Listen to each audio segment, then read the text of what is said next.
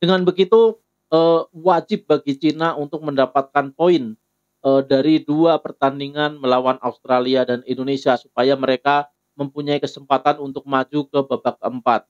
Tetapi itu tidak mudah karena melawan Australia di kandang Australia, melawan timnas Indonesia yang sedang menanjak performanya, sedang dalam percaya diri sangat tinggi ya, dan ketambahan 2 amunasi baru yang akan membuat Indonesia semakin kuat, yaitu Misilke dan Eliano. Dan tentu ini akan menjadi pekerjaan berat buat Branko Ivankovic supaya dia terhindar dari pemecatan. Halo sahabat Sport News Indonesia, kembali lagi di channel Sport News Indonesia. Ya, Soha.vn memberikan ulasan positif buat timnas Indonesia.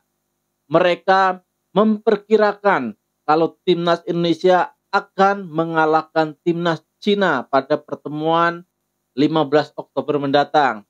Ya, ini tumben-tumbenan ya, media Vietnam memprediksi Indonesia bakal mengalahkan Cina. Karena sebelumnya media Vietnam ini memprediksi timnas Indonesia akan gagal total di babak ketiga kualifikasi Piala Dunia 2026. Ya, mereka sebelumnya memprediksi Indonesia akan hancur lebur, gagal total di babak ketiga ini. Namun, setelah timnas Indonesia berhasil menahan imbang Arab Saudi dan Australia, mereka berbalik arah, memprediksi Indonesia bakal lolos ke Piala Dunia minimal lewat jalur peringkat 4 dan ke babak 4 nanti kualifikasi Piala Dunia zona Asia.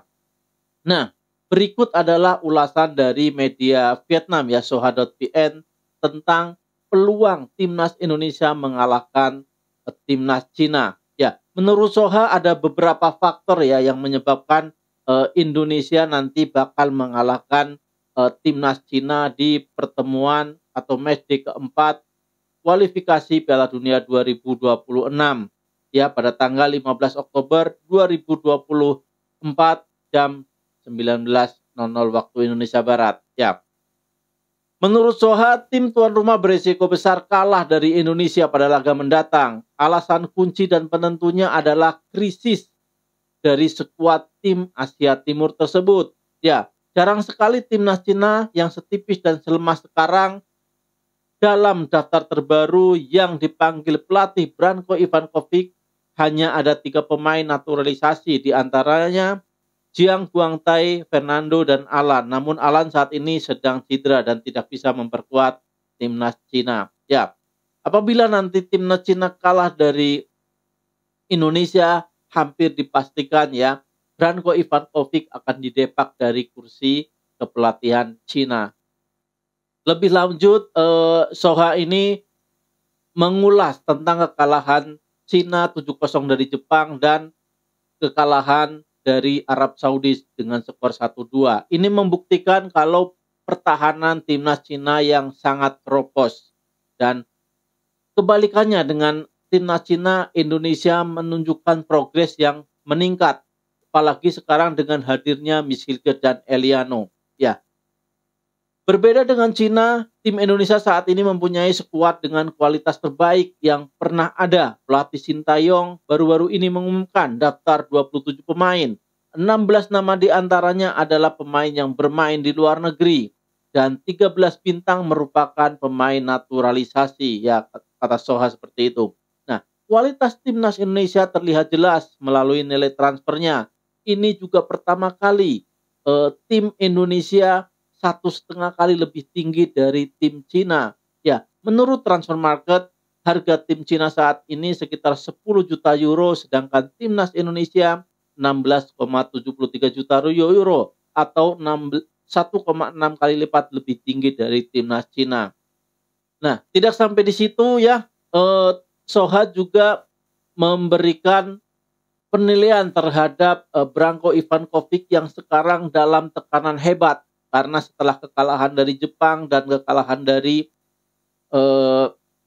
Arab Saudi, terus nanti harus menghadapi Australia di laga kandang dan di laga keempat harus berhadapan dengan Indonesia. Dan apabila dengan Indonesia kalah, sudah dipastikan ya, hampir dipastikan Branko Ivankovic akan terlempar dari kursi panas Cina. Nah, sebaliknya ya, timnas Indonesia sekarang dalam suasana yang percaya dirinya meningkat, dalam suasana yang baik, karena Indonesia mampu menahan imbang tim kuat Asia, tim langganan Piala Dunia yaitu Arab Saudi dan Australia. Menurut prediksi media Cina, pelatih Ivakovic hampir pasti akan dipecat jika tidak meraih hasil bagus di 2 laga berikutnya. Jika terus seri atau kalah, Cina kemungkinan besar masih berada di posisi terbawah grup C tanpa peluang melaju ke kualifikasi Piala Dunia. Pungkas media Vietnam tersebut ya, pungkas Soha. Nah, kita tahu Cina sekarang berada di dasar klasemen dengan 0 poin, sedangkan Indonesia ada di peringkat 4 dengan 2 poin dan Australia di peringkat 5 dengan 1 poin. Bahrain sendiri lawan Indonesia di tanggal 10 mempunyai 3 poin dan ada di peringkat 3, tepat di atas timnas Indonesia. Arab Saudi 4 poin di peringkat 2 dan Jepang memimpin di peringkat ke-1. Nah, dengan begitu wajib bagi Cina untuk mendapatkan poin dari 2 pertandingan melawan Australia dan Indonesia supaya mereka mempunyai kesempatan untuk maju ke babak keempat.